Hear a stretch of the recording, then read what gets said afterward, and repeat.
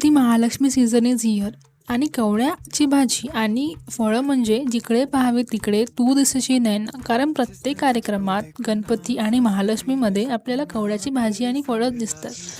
आणि लहानपणी मला नेहमी प्रश्न असायचा की कवळ्याचीच भाजी का, म्हणजे प्रत्येक ठिकाणी कवळ्याचीच भाजी. पण त्यामागे कारण काय आहे हे कधी जाणून घेतलंच नाही. यामध्ये कारण हे आहे की विटॅमिन ए, विटॅमिन सी आणि अँटीऑक्सिडंटनी भरपूर असलेलं हे कवडं आपल्याला मॉन्सूनमध्ये, रेनी सीझनमध्ये होणाऱ्या आजारांपासून वाचवते. त्यानंतर याच्यामध्ये असलेले डायटरी फायबर्स जे आपल्या डायजेशनला इझी करते. कारण रेनी सीझनमध्ये आपली डायजेस्टिव्ह सिस्टीम हे थोडी सेन्सिटिव्ह राहते. तर या सेन्सिटिव्ह डायजेस्टिव्ह सिस्टीममध्ये इझिली डायजेस्ट होण्यासाठी हे कवळं आपल्याला मदत करते. कवळ्यामध्ये असणारे नॅचरल टेम्परेचर मेंटेन करण्याची प्रॉपर्टी आपल्या बॉडीमधलं टेम्परेचर मेंटेन करते. त्यामुळे आता जेव्हा तुम्हाला हा प्रश्न येईल ना